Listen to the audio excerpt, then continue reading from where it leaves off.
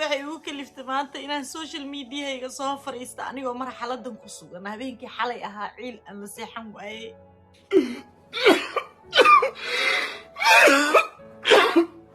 ba maanta aniga subaxa saaka aroornimada ah oo xilligaas eerligaas waxa isoo fariisiyay social media aroornimadaas waxa isoo fariisiyay wax yar ma aha ma fiicno Soomaaliya in la isku xadgudbo ma fiicno qofka bini aadanka in la xiniyo taabto horta aniga wacal maahi dhulkana kama dhalan Soomaali Maxamed oo 22 milyan horta anigu ka dhashay number 1 number 2 haday habar noqotay oo marba dhib dabka iyo dagaalka ay ooyaan dumarka ayaan ahayn mid tama taas oo hore u sheegeen odayaashii hore ama Soomaalidii hore oo lagu maamahay dab ee dumar u shiday marnaba matamo wuu sii huraa halkaasna dagaal ayaa ka sii dhashaa maalmii ugu dambeysay waxaa social media isku haystay Sharma Boy iyo Daahir Calasow kaas oo markii dambana loo u biyo shubtay ama la isku daba tagay inuu waxa dagaal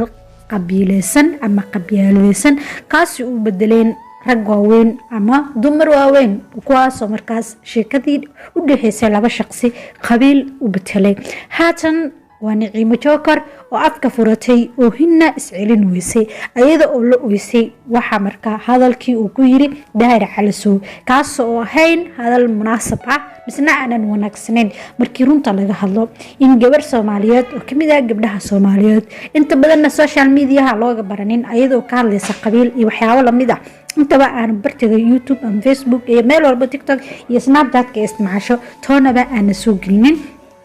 isla marhaantaana in la yiraahdo filmaanta oo dhaqan xumada ama anshax xumada iyo waxyaabaha la midka ah ay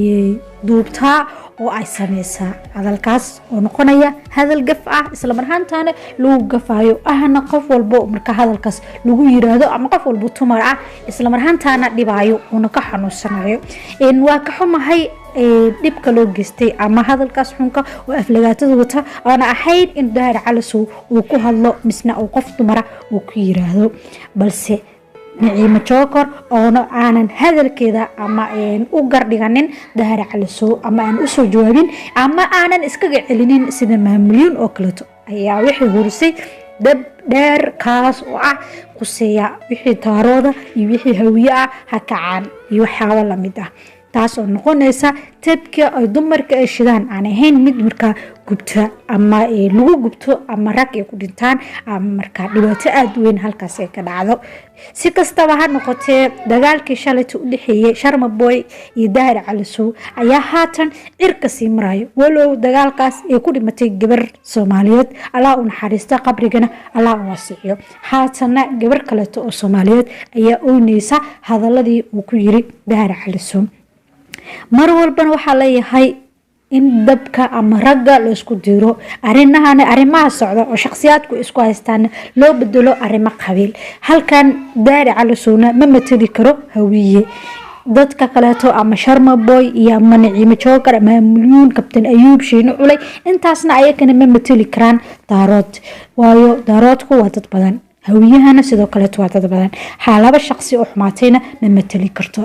ugu dambeyntii waxa hadalkiga ku soo gabagabeynaya dagaalka iyo colaata ma wanaagsano gabar oo hinteedna ma wanaagsano in marka daawada laga noqdo oo isla marhaantana bulshada ku xiran social media daawato labada dhinacba taawata in ay daawadaan gabar Soomaaliyeed oo ooynayso taas oo ka ooynaysa nin rag ah oo boqolow ah siimbiri Daahir uu khaldan yahay 100% adinkana sidoo kale waa khaldan tihiin in arimaha marka laba shakhsi isaasata qabiil u bedeshin sidoo kale waa ku khaldan tihiin waxaana leeyahay gabadhaas ooynaysa hal raali geliyo si ragnimo ay ku jirto waliba Daahir Calasow ayaa la hadlaya si ragnimo ay ku jirto gabadhaas raali geli waa ka qaldan tahay mar walba gabar iyo wiil markay isqabsadaan hadalkay hore ayaa ahaa in wiilku uu qaldan yahay haatana Naciimo oo ilintii ay ka dhamaatay taas oo calool xumootay lana uysay filmaanta ayaa sameeysa jugta iyo qacda ah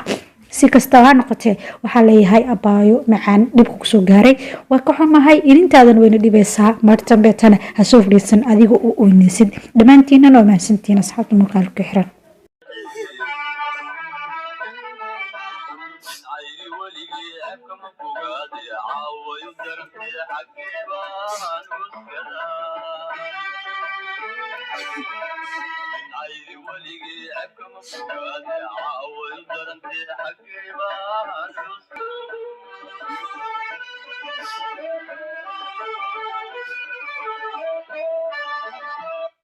بسم الله الرحمن الرحيم وإن سلامة يا دمانتي أمد الصوماليات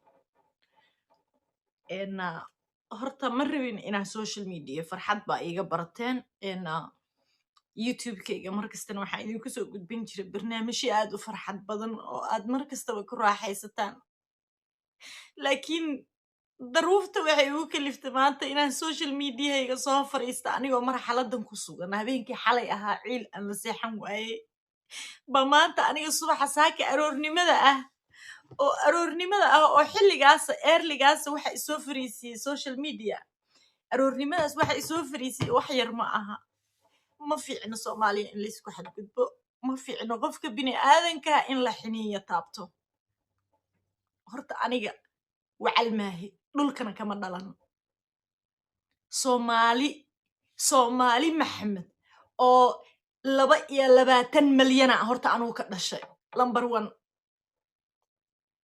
number 2 haday habar noqotay oo marba dhinac la isku faquuqay oo aniga daahir calasow dhilla sharmutaho filmaanta saksiga samayso uu iigu sheegaya qabiilka aan ka dhashay aniga macsi dusha uu iiga saarayana naag daaro Ismaaciil ahay xiniyo rageed bambarta aan fadhiyo ku fadhiyaano beenku ma sheegay anoo gabar Soomaaliyeed oo 22 milyan ka soo jeeda baan haddana waxaan ka soo jeedaa 18 milyan oo kamida 22 milyan hadday ka soo tagtana waxa ay dhalay dadka Soomaali Maxamed uu quwada badan geesinimo hadday noqoto waxa ay dhalay aniga darbi daaro naagtana daarooda 9 bilood aniga soo qaaday oo adduunka i keento igu soo dartay rag aniga ka dhashayna rag la xiniyo taabta ma aha rag la xiniyo taabta ma aha dad duruucda loo siibana ma aha holanna waa ku nool yihiin Yurubna waa joogaan saaka waxa halka aniga soo fariisiyay daahir calasow intuu ina adeerkay sidii la ogaa u galay sharmaake cabdi naasir bartu asaga ku gowracay oo waliba intuu soo fariistay yiri waliba diyaan ka dhiibaya si bahdilaada subaxdii dambana aniga iyo eedaday isku barnugu gowracay taas in gabisaar laga xirto oo rag duruuc ka xirtaan iyo in aniga aan meesha aan ku baxay la ogaada Niciimo Joker mac salaama la idho wax ka dhaxeeyo mala subax saaka ma jeceshahay barashada quraanka kariimka iyo culumtiisa bishaaro haddii aad toogtid wadamada Yurub Australia Mareykanka iyo dhammaan daafaha caalamka waxay leedin ogeysiinayaan in quraankii uu kugu yimid gurigaaga ka faa'iideyso fursadan qaaliga ah oo ku baro quraanka kariimka hab online ah haddaba isqoristu waa ay socotaa kala soo xiriir dhanka WhatsApp-ka lambarka shaashada kaaga muuqda